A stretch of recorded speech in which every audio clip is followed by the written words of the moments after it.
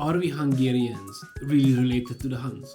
Was Arpad, one of our first leaders, really the descendant of Attila?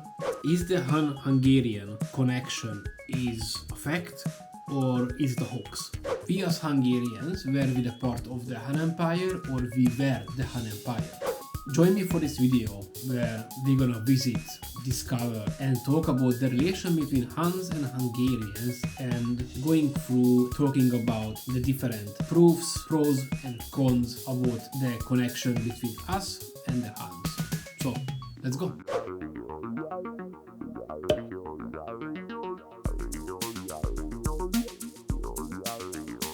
I wanted to make this video for a very long time, but I never really felt like I have motivation for it or I feel ready for it. And I was dusting down bookshelves in my office and came across this book. And this is one of my favorite books ever, which is from Géza Gárdonyi, and it's called The Invisible Man. This was written in the end of the 19th century, and this book, probably you can see, it's a quite old one.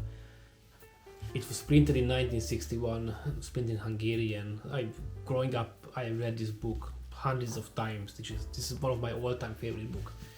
It's called The Invisible Man because this is a story of a slave from the Roman Empire who ended up in the Hun Empire under Attila and introduces the life in the Hun Empire and compares it to the life in the Roman Empire from the perspective of a slave. This is an amazing book and it gives you a different message depending on when you read. When I read this first time, I think I was 12 years old, it gave me a completely different message than what it gave me when I read at 18 or when I read when I was 30.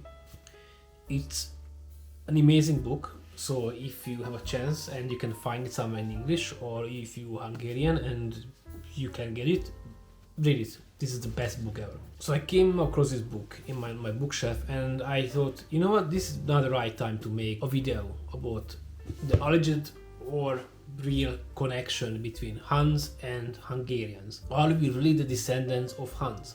Are we really related to them? Or this is just a hoax? I want to go through on proofs which proving that yes, we are related to the Huns and related to the Hungarians. I also want to go through on proofs that backing up that we are not related to the Huns and Hungarians. And I also want to go through on my theory or what my belief, what I think about this. I also have my notes over here, so if I'm sort looking off in camera because I have my notes so I can stay on the point. So whenever we talk about the Hun-Hungarian relation, it's always an interesting topic and very sensitive because certain political ideologies and political wings trying to make this ideology on their own and they try to build up their beliefs and their strength on the basis of, right, we Hungarians are descendants of the Huns, we must be strong and proud. Although I honestly think that this should be not a political topic. This is a topic of history. This is a topic of a discussion.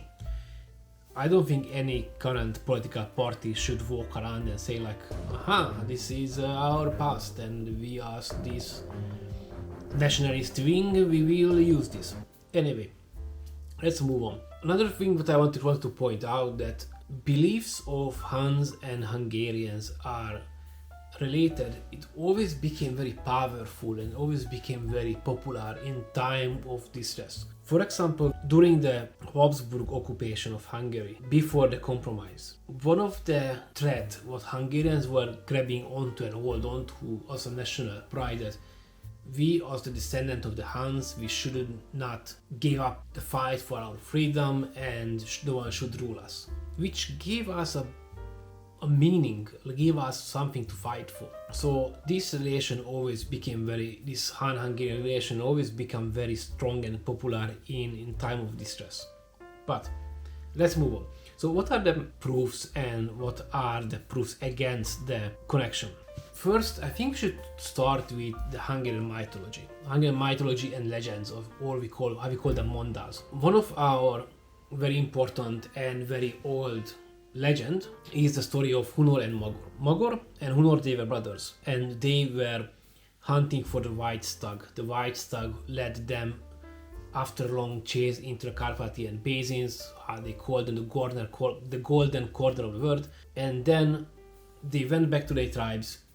Everybody packed up their stuff and they moved to the Carpathian Basin. And here in this, probably you can overhear that Hunor and Magor. Hunor as the Huns and Magor as the Magyars, because we Hungarians, we don't call ourselves Hungarians. This is a name what the European nations gave us when we joined Europe. Although we think about this legend as, hey, this is something which proves that Hungarians and Huns related, or we are from the same place.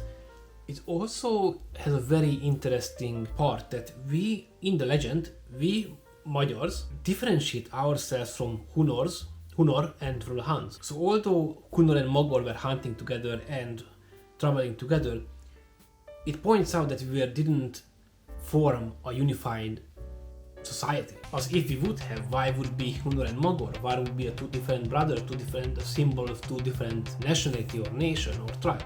A lot of Hungarian traditions, a lot of Hungarian folk traditions says that Arpad was a descendant of Attila. So Attila was the last emperor of the Huns. He had fights against the Roman Empire. Under his leadership was the Hun Empire, the strongest and the most famous. Arpad was the leader of the 7 Hungarian tribes when we settled in the Carpathian basins in the 7th, 8th, 9th century. So in our folklore and in our tradition, Arpad was a descendant of Attila. So we rightfully claim the territory where the Hun Empire existed before. Another interesting part, while in most of European nations, folklore, mythology and old stories and history, Attila and the Huns was a very negative figure, right? He came to Europe, robbed through the nations, conquered, robbed and burned up cities, countries, states, the Roman Empire. While in Hungarian folklore and Hungarian traditions and Hungarian legends, Attila is a very positive figure. So this also aligns that you would be probably looking at very positively of a leader with these traits of murdering hundreds of thousands. You wouldn't look at someone else's leader in your legends and like, hey, that's a good guy, killed hundreds of thousands of us. We also have to talk about the name similarities. Huns and Hungarians. And again, let me point out, we Magyars, we don't call ourselves Hungarians, we call ourselves Magyars. The name of Hungarian, it's been given to us by the European nations when we settled in Europe. But it doesn't really come from the word of Huns, it comes from the Onogor, which is a Turkic word which means like 10 tribes. It means 10 tribes. And that's changed or converted into Hungarians. But from the perspective of the Europeans, so the Huns came to Europe in the 4th, 5th century, they raided through Europe, they had this very strong archery with composite bow-based cavalry units, which made them famous. And then a few hundred years later, Hungarians arrived to Carpathian Basin with a very similar fighting style, very similar appearance, tent, lifestyle, look, and methods of friendly neighborhood as robbing and murdering everyone around. So understandably, the Europeans thought like, hold on, the Huns are back, so that's not good. And started to call Magyars Hungarians. And this leads to my next point, which is the shared cultural and military traits. The Huns came from Siberia, Western Central Siberia, same with the Hungarians, very similar territory. And we both had nomadic lifestyle, they never settled in the same place, traveling all the time, herding animals, and we had these nomadic horse archers, which was very common around tribes and nationalities in Siberia, around the steppes. We both used the same kind of tactics, hit and run, cavalry attacks, and this made the Western Europeans associate the arriving Magyars with the Huns because, as I mentioned, they looked at the Hungarians, came back to Europe in the 7th century, and then only a few hundred years later, with the same military traits, Huns were raiding through Europe, and they're like, right, they are back. Corporate needs you to find the differences between this picture and this picture. Although there were some very significant differences. While the Hun cavalry mainly was a heavy, medium cavalry, the Hungarians had mainly light cavalry and horse archers. So there were some differences, so that wasn't really the same way of fighting. Then, as part of the shared cultural traits, let's talk about symbolism. While the Hungarian main symbol was the white stag, which led Hungarians into the Carpathian basins, also there were different symbols which we shared. For example, Turul, the Turul bird, which is very important in Hungarian culture and Hungarian folklore. Although, again, very sadly, some very right-wing parties and nationalist parties, they really like to expropriate this symbol and made it as a symbol of hate, which I am really against, because the Turul, the white stag, archery, a Tarsoly, the Arpats flag, these are shared national symbols which we should be proud of as part of our heritage, part of our history, part of the journey what we had or we did from the 9th century until today, how we developed and how we settled in Europe, how we changed our life, how we developed as a nation and where we are now. It shouldn't be a symbol of hate. It shouldn't be a symbol of radical nationalism. An image of a Turul bird or an Arpad flag shouldn't be associated with hate or associated with discrimination or associated with suppression of others. This is part of our history. This should be celebrated as part of our history, same way as we celebrate our famous kings, how we celebrate the crow as a symbol of Magyars, or how we celebrate the flag with a cutout communist symbol as a symbol of the revolution in 1956. Part of our heritage, and I am really annoyed by that some right-wing nationalist societies, parties, they take this away from all of us and they trying to make it, or actually they are making it as a symbol of hate.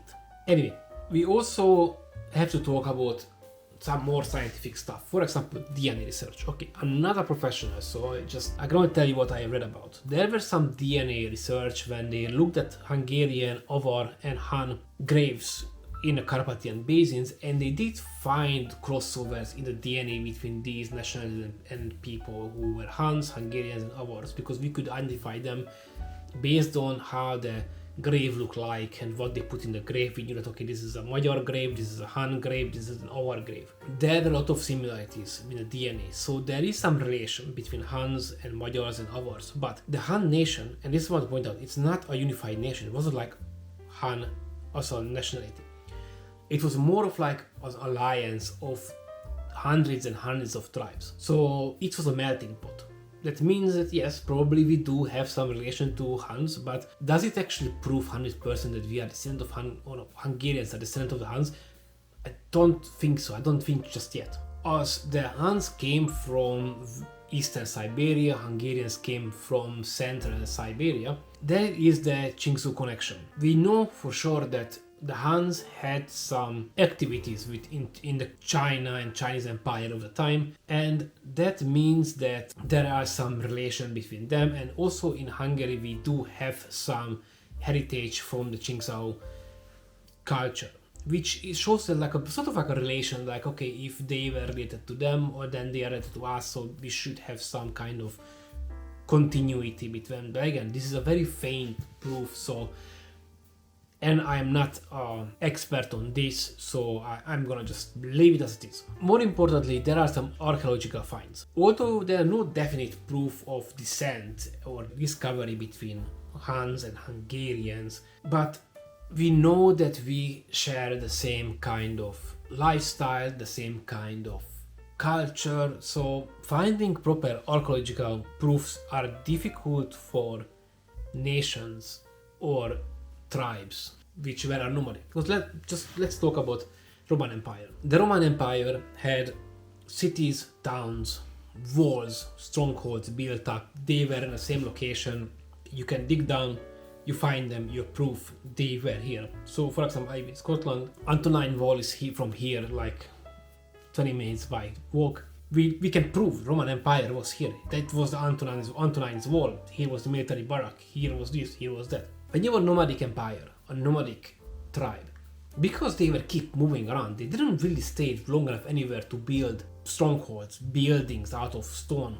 They had tents, they had light buildings, which in 50-100 years disappeared and degraded. So it's very difficult to find archaeological proof and finds which shows the relation between nations and between two nomadic tribes. Another very interesting topic is linguistics. One of the most significant arguments against the Magyar and Hun relation is the language, or more like the link or lack of link between the languages. Hungary, or the Hungarian language, belongs to the Ugric branch of the Uralic language family. So our language is related to the Magyars and to the Khantys, which still existing population living in Siberia. While the Hun language, the Hunnic language, is largely unknown. We don't know much about the Hun language, right? Because they went sort of extinct. But we know, or more like quite sure about it, that was a Turkic language, or Turkic origin. So there is no strong existing linguistical proof or evidence that we are created. Although the Hungarian language has a lot of Turkic words, but that's because we had a long relationship with the Ottomans and we picked up a lot of Turkic words from them. But even with all these new words, or all these words we picked up during the connection, I'm going to just call it the connection between the Ottomans and the Hungarians, the core of our language is still Uralic. That means that we share words and grammar with the Magyars, the Khantys, and also we have similarities with the Finn language. So there's not much between us and a Turkic language other than words we picked up in the years since we settled in Europe. Also, there's some temporal gap, which we have to talk about. The Han Empire collapsed on the 5th century, 4th, 5th century when Attila died. Hungarians, Magyars, we came to Europe in the 8th, 9th century. So there's a 400 years difference between the two events, which is quite a long time, which means that at some point Hungarians or Huns disappeared from Europe and then Hungarians came back. We don't have much about this period of time, what's happened, so we don't know that the Huns who left Europe were the Hungarians or they were different nationalities, and when Hungarians came back, or Hungarians came to Europe, not to came back but came to Europe, are they the descendants of the Huns who left 400 years ago? Again, this is so many unknown that we just don't know, and once you don't know something, you can't really prove it. And that's the thing about hypothesizing and looking for proof, that we can't prove it. So from this perspective, it's probably not true. Also, we have to talk about genetic studies. While the genetic studies and DNA research shows some similar traits between Huns and Hungarians, we know that the immigration core of the Han Empire was very, very small. That means the Huns, when they came to Europe and fought against the Roman Empire under Attila, the actual Han population was very small. And the army and the population mainly built up for additional nationalities. So the genetic footprint of the Huns were insignificant in Europe. And because of this, it's very difficult to pinpoint a Han-Hungarian relation, because although the Huns changed the political landscape, the biological contribution was not a mass migration. The Huns in the Han Empire more was the leading caste or leading elite, and then other nations under them. So it wasn't that many Han living or Han population to actually be able to change the biological footprint in Europe. We heard the pros, we heard the cons. Let me tell you my ideas. From my studies and from my own research, I know that the Hungarians, they were lived in Western Siberia, where the Magyars and Khantys are living now, and there is like a language connection, what we should know about them. Then we moved to Magna Hungaria, from there slowly journeyed through via Etelköz and to Europe, where we settled. We also know that the Huns, they did a very similar journey, but they started from Eastern Siberia. So there is impossible that they didn't cross ways, didn't cross journeys. And I'll tell you what's happened in my headcanon, or what do I think. So let me tell you how I think the Han Empire worked. The Han Empire was a very strong militaristic empire with strong army nomadic lifestyle. So when they rolled up against a neighboring tribe or state, they gave them an option. First option, you pay tax, and when we go to war, your army joins ours and we fight together.